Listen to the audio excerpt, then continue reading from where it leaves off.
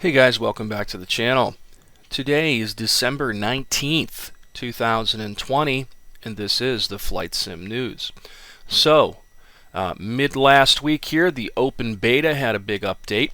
One of the most notable improvements, or additions you could say, was the introduction of MultiCrew for the DCS AH-1H Huey. It says basically they've added the ability to play with MultiCrew for the AH-1H.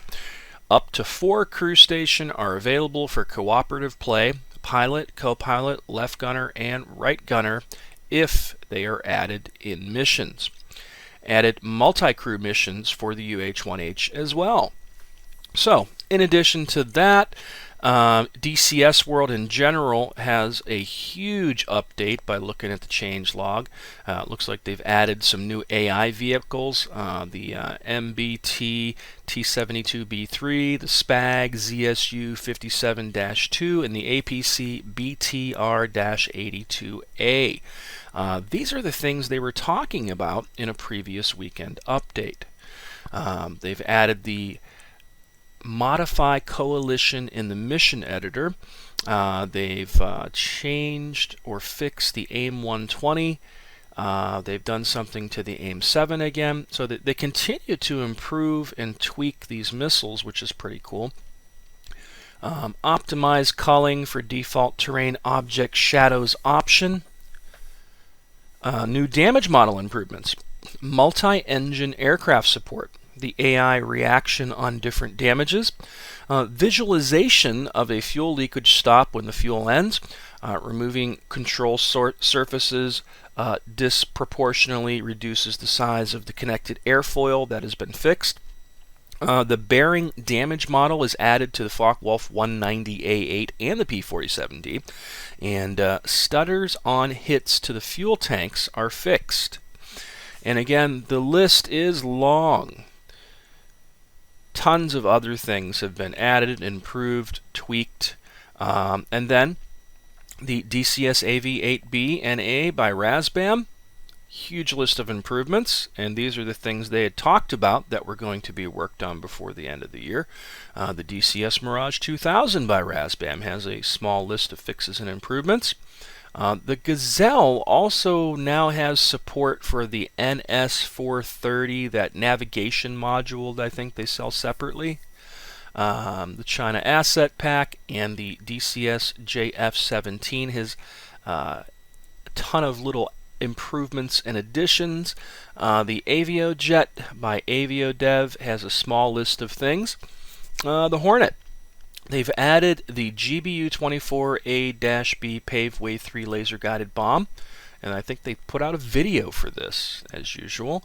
Let's see, the F-16 Viper, wide variety of fixes and improvements. The A-10-2C tank, or A-10C2 tank killer. Boy, try saying that one really fast.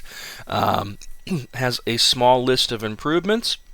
The original A-10C has a small list of improvements. DCS Supercarrier, 2 things they've fixed. And then the Tomcat has a really nice large list of fixes and improvements. Added new F-14A unit types to the ALR-67 threat library. Explicitly prevent all Sparrows but AIM 7MH from lofting. They've fixed AIM 7 not tracking correctly in PD-STT. Make radar send radio command when launching the AIM 54 in PD-STT so F-14 RWR can't detect it. Fix the Sparrow flood mode. And again, the list is long. A variety of different things they've done for both the B and A. They've slightly reduced the transonic airframe drag. They've adjusted the intake drag at low airflow ratios for the TF-30. They've restored and retested previous F-110 subsonic and supersonic afterburn thrust. Retuned the T-30 afterburn thrust, etc., etc. They've added some new liveries for the F-14. And let's see, gesture menu changes and additions. Radar mode submenu renamed to radar settings. TWS M switch was added. TGT size switch submenu has been added. Ground aircraft stabilize renamed to TID ground aircraft stabilize, and scan distance renamed to TID range. And then they fixed the AI F-14A nozzle animations and afterburner. The Viggen has 2 or 3 things. The Albatross has 1 thing listed. P-47D.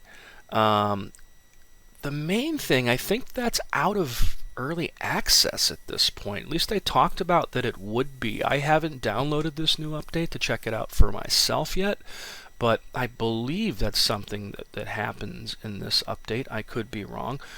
They've added a single-player mission and added an updated IA missions. I've seen this listed a few times. Call me crazy, but what the hell is IA? Added and updated IA missions.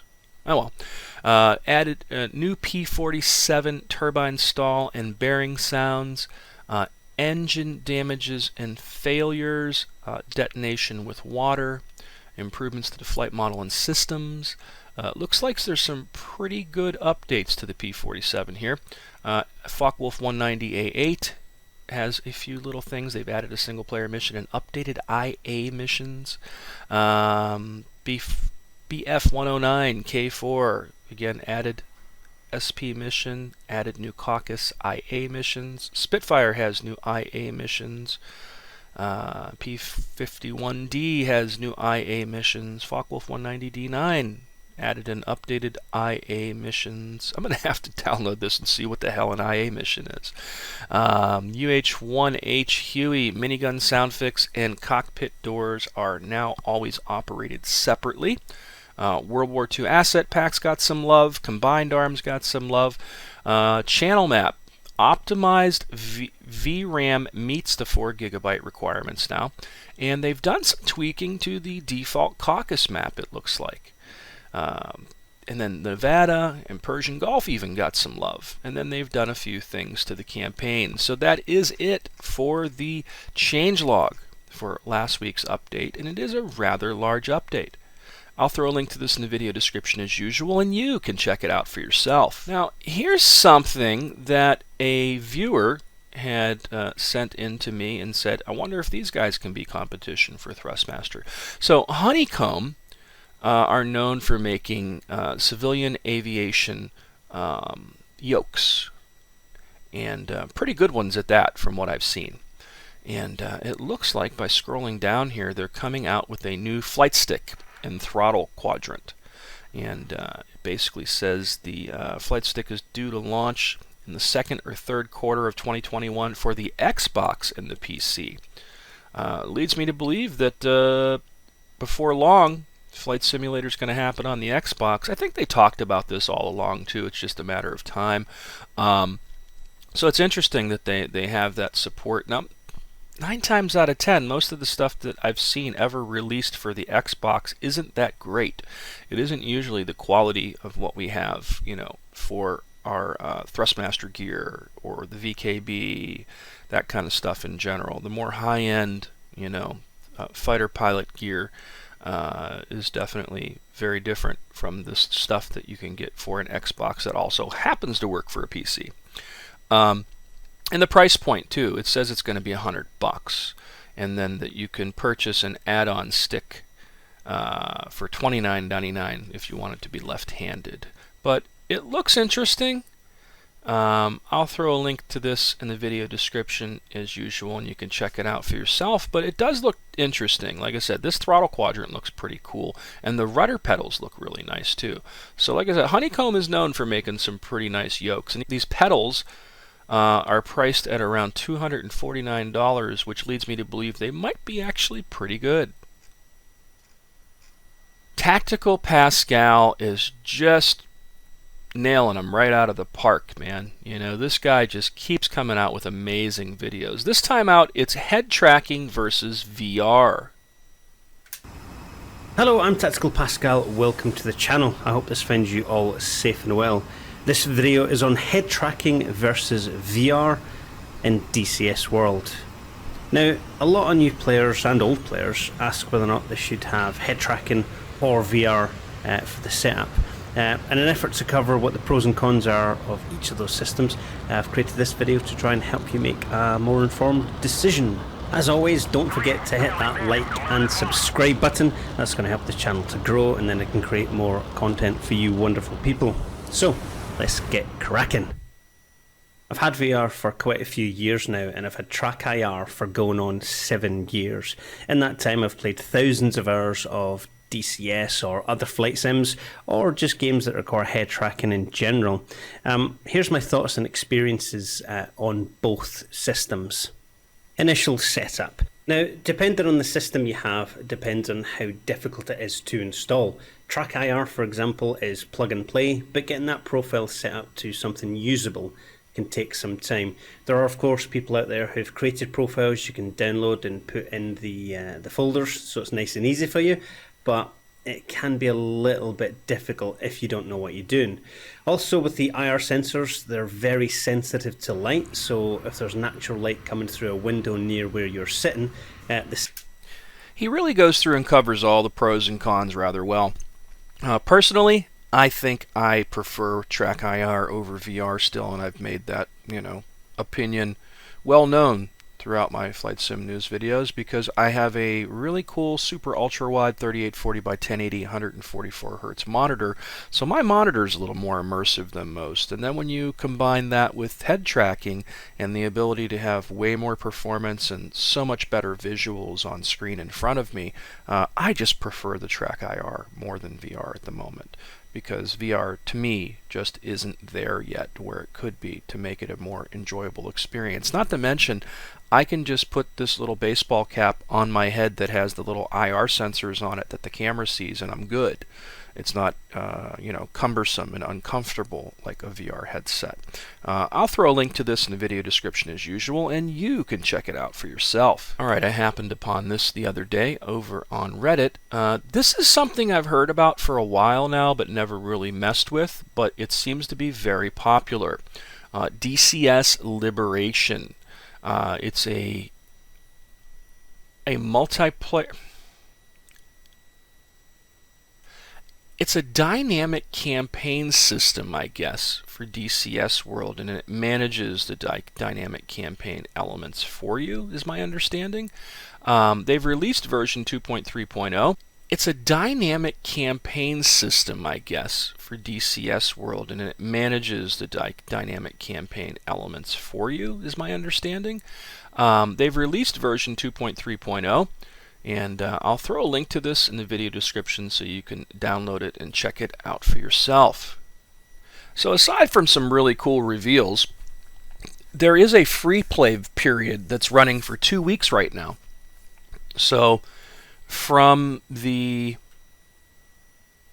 20th until the 5th, you can play all of the modules in DCS World for free. So it's pretty cool. That is a nice addition for the Christmas vacation for a lot of people. And in addition to that, they are having the winter sale again. Of course, there's a few things that won't be included in that winter sale, as usual, like the very newest stuff. Either way, it's pretty cool stuff. So I'll throw a link to this in the video description as usual, and you can check it out for yourself.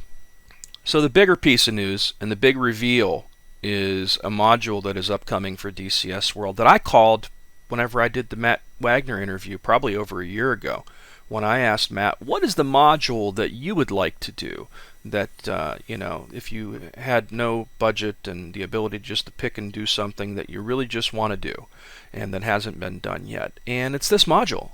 So here's the reveal.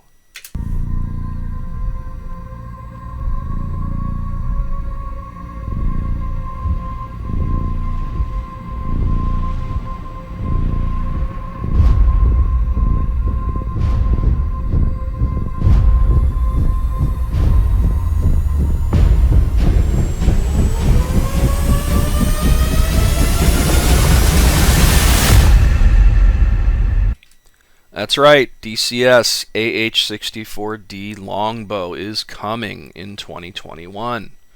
I have a feeling it's not going to be till the end of 2021, but I'll take whatever I can get at this point when it comes to having an Apache in DCS World. So the big reveal is the Apache for DCS World. Can't wait to see this thing. So that is it for the Flight Sim news for today.